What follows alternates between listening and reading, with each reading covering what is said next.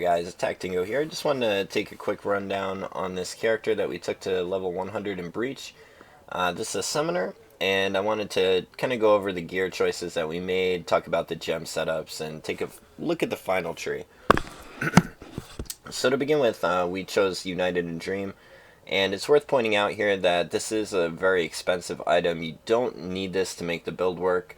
We're not actually using the Envy skill. So you can go ahead and use a Severed in Sleep, which would be a bit cheaper. But if that's even too hard to come by, a Pledge of Hands is a really common item, and that would work just as good because we would get our 7th link with the Spell Echo that's contained in Pledge of Hands, which would make up for the free poison that we get from the United in Dream. So we could do a little switcheroo there, pull the Spell Echo out, and put added poison in with the pledge, and we would get the same effect. The only difference, of course, would be that we wouldn't be using a shield, so that might not be the best option for you, but it would be certainly a cheap one. But in any case, we do go with the United in Dream here. We also go with a Heretic's Veil, which of course you don't need the awesome enchant that we got on there. Any old Heretics would work. This just accentuates what we're doing a little bit. It is worth noting, though, that it is quite expensive to get Curse Effect enchants if you're buying them, and of course your odds are not so great if you are going and enchanting them yourself. So bear that in mind, but all you really need to make it work is the Heretics, so that you can, of course, reserve 3 Curse Auras. After that, we go with the Surrender. Any old armor shield would work really well right here.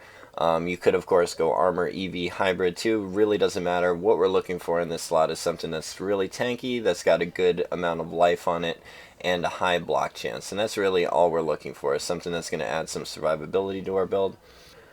Now, beyond that, the hardest part for me with this build was the Cosprey's Will, because what we were looking for is something that was, completely off color, and Cosprey's has a really high dex requirement to begin with at 183. So getting one that was 6 off color was quite difficult. We did end up just buying one. We got lucky there was one up for sale. I wouldn't count on that, though. What I would count on, though, is being able to get 4 off. Now, it's going to cost you probably a couple of hundred chromes to get it 4 off color, but if you end up with 2 red, 2 blue, and 2 green, you can just skip using Spell Echo, skip using Added Chaos, and instead put in faster attacks and Culling Strike, and that will make up for your 4 off color setup, which is actually the way that I used it all the way up until I believe it was level 90 or 91. It was somewhere in there where I managed to buy the 6 off color one. So you could easily get the 4 off color on your 6th link Cospreys, like I said, for just a few hundred chromes, and you can make that work for quite a while. Beyond that, we just go with some really tanky boots. As you can see, there's nothing really too special about these. They've got life, they've got strength, some move speed, some res that we needed. Really basic boots. These probably only cost 1 to 5 chaos in the Challenge League. Really easy to come by. The gloves were a bit harder to fill because we did need so much dex in there in order to path the way that we did on the tree, and to alleviate the need for dexterity in slots like our amulet or our rings. So that's the other thing to point out too, that you don't necessarily need gloves with this high dex if you manage to get some on these 3 slots as well. Now, the hardest part about the glove slot, though, is crafting the minion damage on there, because what we need is we need to find good gloves that have an open prefix. Now, for the belt, same idea as the boots and the gloves. We want life on them. We want off stat if we can get the strength on there. And, as much res or as much utility as we can find. So that's what we've got right here. Got pretty tanky belt. For the rings, same deal. We're making up for some of the res that we might be lacking in the Tree Among Jewels in this ring right here.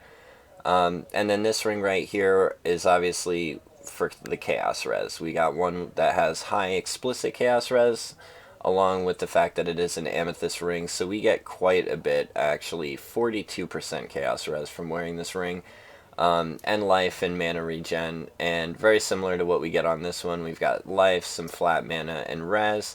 The leech obviously doesn't work for us because we're a summoner, but it was on both of these, so it just kind of worked out that it was on both of those. It doesn't really help us at all with this build, but so don't be confused with that. We're not looking for rings with leech of any sort.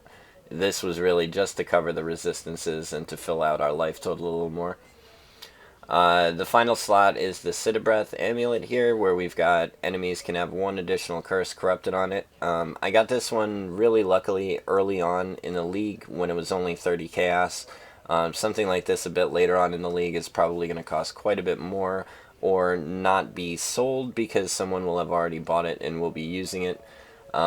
It's just a really precious part of the build because it saves us 4 points on the tree. Enemies can have one additional curse. That's really all that it does for us.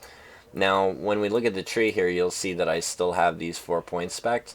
That's only because I was switching back and forth between the Magic Find gear. When we swap out the amulet, we lose one of our free curses, and then we only get our 1 curse by default, and then the 1 curse from Cosbreeze here. So that's why we've got it spec'd on the tree temporarily.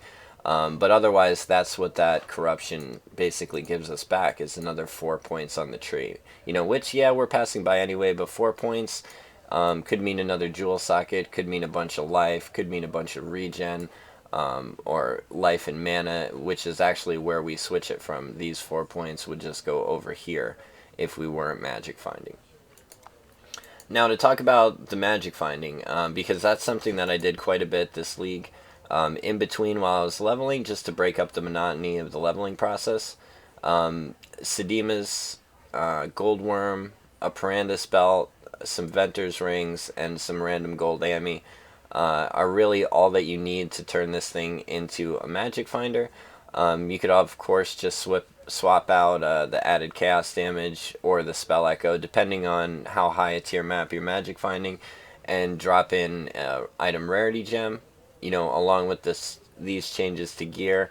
The flexibility that all the jewel sockets provide you with as far as resistances go also make it really easy to transition into this, even with subpar Venter's gambles that may have some wacky resistance rolls on it. Alright, this section will just go over the tree and show you how I progress through the game, which nodes I take first, and why. We start on the right hand side of the tree here, and we go right up through the mana to Deep Wisdom. After this we come right over to Lord of the Dead here, and it's worth noting at this point you'll be able to use your SRS and your zombies by level 4, so this is going to represent a power spike for you right off the bat. After that, we work our way up here through Cruel Prep, all the way over here. And it's important to note here, when we get over to Death Attunement, we don't really need to take this one if we don't want to. The attack speed for the minions is really the only thing we benefit from, as long as we're just using zombies and SRS at this point. So it's really up to you if you'll take it or not. I'm going to go ahead and fill it in because sooner or later I would go back up there to get that. Then after that, we want to shoot all the way down towards the center of the tree by the Scion here. And when we get down to this point here by Grave Pact, if the minions are feeling a bit sluggish, if you want a little bit more damage, go ahead and grab that first node, but I wouldn't bother going all the way in here yet. It's really more important that we get over to our dexterity. So continuing down, we come through Constitution, work our way over to Sentinel, and then we start getting our dexterity nodes. Now, these are just travel nodes, but they are very important for us because they're going to enable us to use a high-level Val Haste, wear the Cosbreeze Will, and deal with the rest of the stat requirements. Now, once we reach the end here, we come all the way out here to Charisma and fill this in. Then I usually stop and I immediately come back up here and grab Sovereignty. Now, it's worth noting Sovereignty is a bit more efficient as far as how much mana is reduced, so if you're really in a rush to get your multiple auras up, you might want to grab Sovereignty first. However, just bear in mind that's going to leave you behind on your stat requirements. This is really the way that I would recommend going because you're not going to have to hold off leveling any of your gems once you've gotten that dex. Now, once these two extremities are filled in, we've really finished the spine of the tree. We do have one more leg of it that comes out here, and I usually do this one next, where we come out through Discipline and Training, through Sanctity, and then pick up Righteous Decree. Now, from this point on, it's really flexible. You can pretty much go with, whichever direction your character might need. If it needs more survivability, obviously we can grab some more life nodes. If it's lacking in damage, we're going to want to fill in Grave Pact sooner or later. as well as some of these jewel sockets that we pass by. These are going to represent good sources of minion damage, possibly life roll in there too, possibly some res, maybe cast speed. That's pretty much the 4 mods that I would be looking for on your jewels, would be life, minion damage, cast speed, and res. You can squeeze in some stat points too. Sometimes it's really useful to get a little bit of strength or dex in those jewels as well. But the main 2 that I would say to look for are life for yourself and minion damage. So now that we've got a couple of those jewel sockets, that would be 3 jewel sockets at this point. Like I said, you can really decide where you want to go from here. I'm going to go ahead and fill in the life wheel here. I would come up here and grab this minion damage along with Herd the Flock. Also like to start filling in these as well, because at this point you're probably into Merciless and needing that res, so getting a little bit of res there is nice. I also like to come up here and grab Harrier because I use shield charge with the build, so all that attack speed isn't wasted. Cast speed certainly helps us too, as well as the move speed, and we pick up another jewel socket there. Now at this point your Val Haste might be getting pretty high level and you might need a little bit more dex, so I usually come down here and grab this wheel down here. Similarly over here, as we're alleviating the strength requirement on our gear with these, we'll probably be able to spec out of might and agility depending on, if we got these on the way up. These are also good stat points here to get temporarily practical application. You don't necessarily need it later on, but quite often I'll have these 2 points along with these 2 points selected while I'm leveling, if any of my gems are getting held back by stat points before I fill these extremities in. But we don't need to have them in now. We've got all the travel done, so I'm going to go ahead and clear those off. I also would come through here, probably grabbing the mana. You can grab the life regen if you feel you need it. I felt like what I needed more at the time was the mana, but you could certainly switch back and forth between those as far as whichever you need. I also like to come up here and fill up quick recovery towards the end of the build here when we've got our life pool. We've got our mana pool pretty big. Makes quick recovery a little more worthwhile to get a bit later on. And that's typically where I'll also get mind over matter, depending on, if I have gotten these yet or not. We also have access right here to Deep Thoughts, which is really efficient if we need a little bit extra mana to make the mind over matter work. Now, where we stand right now, we've got 1, 2, 3, 4, 5, 6, 7, 8, 9 jewels. That's the total number of jewels I'm going for with this build. I also like to come over and grab Purity of Flesh, and on my build I actually went up and grabbed this node too because that's what I needed in order to reach res cap. Beyond that, it's really up to you what you want to specialize in. If you want to give yourself a little bit more tankiness, maybe a little bit more mana regen, we've got some options like that. I chose to go with the minion life and then minion instability. That's totally up to you. This is the way that I like to do it. You definitely don't need the minion life or the minion instability, especially if you're focused on doing SRS. But that's generally the gist of it right there. As you can see, it relies heavily on jewel sockets. Now to talk about the ascendancies real quick. I would always start with Mistress of Sacrifice. The offering skills affecting you is just too powerful to ignore on your first choice there. I would definitely start with Mistress, and then I would also go into Spirit Eater next, because this is going to give you increased attack and cast speed for each corpse consumed recently when you use the Mistress. So it's gonna make that effect even more powerful, and at the same time it's going to be giving you 45% minion damage between those two. After that, I like to go with Commander of Darkness. Now, with this specific build I'm going to show you, I only use one aura, but if you are favoring auras over curses, obviously this gets to be quite a bit better of a choice, because the damage and the attack and cast speed will stack with each aura. You'll only get one instance of the all-res, but the other 2 mods on this one will stack for each aura, so bear that in mind too. Now, for the final choice, I went with Beacon of Corruption. You certainly don't need to. I needed to get all the chaos res there so that I could reach cap with the gear that I had. And that's really more of why I took it. It does give some damage to the minions. It gives them some chaos res. And the active effect, the minion spread Caustic Cloud on death, dealing 10% of their maximum life as chaos damage per second, is really cool, but I don't feel like it's really necessary or build defining. So you can make up your own mind about that. I chose it for the res. Fleshbinder is also a really good option too, because we will be running 7 zombies at this time, so that'll be 7% additional physical damage reduction for you and your minions. So that's definitely a really good option too. And finally, if you are favoring specters in the build, you don't really need to change anything on the tree. You would just come in all the way to here and grab Soul Weaver and possibly do away with the Commander of Darkness. Alternatively, if you wanted to be aura stacking and using Soul Weaver, the next one I would consider getting rid of is Spirit Eater, but I think that would be a really tough decision to get rid of that, because it is just so much minion damage that we're trading off. But again, that is if we are going to be primarily invested in specters. So that's the way that I would go: Mistress, Spirit Eater, Commander of Darkness, and Beacon. Definitely have some flexibility in there, though, if that doesn't appeal to you.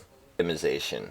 Amulets like these right here are really cheap and easy to find most of the time.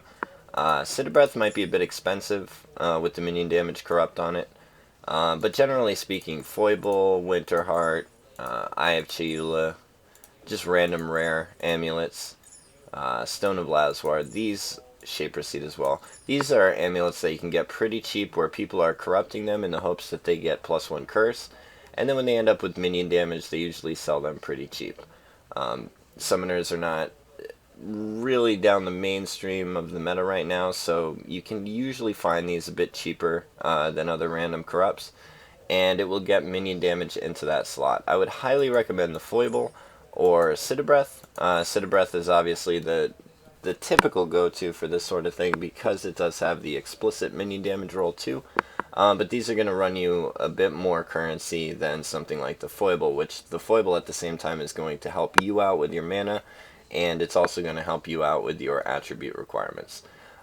Similarly, Winterheart makes a really good fit, even though it's a really odd choice for a summoner. It does have Dex, it has life, it has a ton of cold res, and this one you'll be able to find really cheap. People don't value this amulet much at all, and it definitely fits the bill for what we would be looking for, especially with the Dex there being our hardest to acquire offstat. I included some rare ones here too, just to show you. These obviously are really cheap as well, not very good, but they do get the job done. So really anything that you can find like this with the minion damage corrupt on the amulet is going to help you out. Eye of Chayula would of course be very good if we were looking at a low life summoner or a CI summoner. Stone of Lazwar is really good because of the cast speed. The block is kind of, it's not necessarily a bad thing for you, but it's not necessarily a great thing either. Chances are your block isn't that astounding to begin with, since we're not speccing any on the tree. Shaper Seed is a really good option, especially if you favor, a tankier summoner type, where you might be running with specters that you don't want to be dying and resummoning. This is probably for the summoner that's not using minion stability and favoring, a tankier playstyle. Now beyond that, for our chest plate, the item I would draw your attention to first would be Victoria's Influence. Now this item is about to get a buff in Legacy League. It's going to go from 20% reduced mana reserve up to 30%. They're changing a couple other things with it too, but that's really the point that we're most interested in, is the amount of reserve that we're going to get. So this is already a really good chest to wear for reserving some auras, reserving some curses, whatever you might need to reserve there. That reduced mana reservation is quite powerful even at 20. So with the buffed one at 30, I can only expect it's going to be better. And the beauty of it is we don't really need link sockets. We don't need a 6-link by any means. 3 to 4 random sockets in the shirt will do what we need to, because we're just going to slap in some auras in there and be able to get all that reduced mana reserve that's going to work in harmony with Sovereignty and Charisma that we chose on the tree. Around the same time at level 50, we could also start using Victoria's Charity. Now, Victoria's Charity is really cool as well, because the node that we like to use with that is Necromantic Aegis. Now, if you've come all the way down here to Harrier, along the path that we talked about, then you are right around here at about level 50, which is really convenient because we need to get over here to necromantic ages. Now this is just a temporary node that we only spec while we're using the shield. Once we decide to stop using the shield, we would spec out of this. So this would really just help us bridge the gap from level 50 to maybe level 70, 75, whenever it might be that we have all of our jewel sockets filled in and we are getting our minion damage in other ways. In the meantime, though, at level 50, this is going to be great for us because it's going to grant our minions the two abilities that represent the last two mods on this shield here. 10% chance to gain a power charge, or to grant a power charge to nearby allies on kill, and 5% chance to grant a frenzy charge to nearby allies on hit. The minions will be endowed with those properties and will start sharing power and frenzy charges as soon as you equip it with necromantic aegis, and it'll provide you with a really nice power boost. Now, there are also some really good staff options too that I'd like to point out. First one being Dying Breath. This one's usually only an Alch or a Chaos. Even at the very beginning of the league, it's not highly valued at all, but all the mods on it are very, very useful for a summoner. Especially the nearby allies gain 18% increased damage, 18% increased effect of non-curse auras you cast, and 18% increased effect of curses on enemies. So this thing is really powerful if you're doing a combination of cursing and auras, which we do plan to, and it also is going to grant that increased damage aura for free to all of our summons. On top of that, it gives us mana, which we need desperately when we're casting a lot of SRS, and it gives us 18% cast speed, which is quite a large amount of cast speed at level 23. I would highly recommend this for leveling, and you can use it all the way up into maps depending on how many links you end up with. This and a tabula has carried me up into red maps before quite easily, so you know, you can make up your mind about this item when you use it, but I would highly recommend it. Another really good option is Zergil's Crank. This one, of course, has the +1 to socketed gems, which means we can use Empower in our red socket, and we can up the level of Empower along with the level of our SRS. Zergil's Crank is a really good option early game before we get a chance to get our hands on +2 fire gem staffs. And then, of course, we have Pledge of Hands. Now, Pledge of Hands is, I think, one of the most notable uniques that we've got here, because at level 68, when you equip it, it's going to basically give you a 7-link. It's got the socketed gems are supported by level 30 Spell Echo, which we use Spell Echo with the SRS anyway. So it ends up working out like a 7-link, and it's quite powerful. It gives you a ton of mana, which also synergizes with our decisions on the tree to get the mana to go mind over matter and all of that. Works very good. The spell damage roll doesn't help us at all as a summoner, but that doesn't really matter. All we really need is the 7-link and the increased mana that we get off of it, and it is quite powerful. Alright guys, and just to wrap up, this is the build with all the auras reserved. Right now you can see we've got all 3 Blasphemy auras up, our Clarity and our Arctic Armor. We've got 199 unreserved mana, we've got 5,255 health, and these were the final items that we went with that we talked about earlier. Now, I really like this build. I think if I was to do it again, I would do it pretty much the same way. The only thing I might do different is eliminate the United in Dream and the Surrender and just use the Pledge of Hands instead.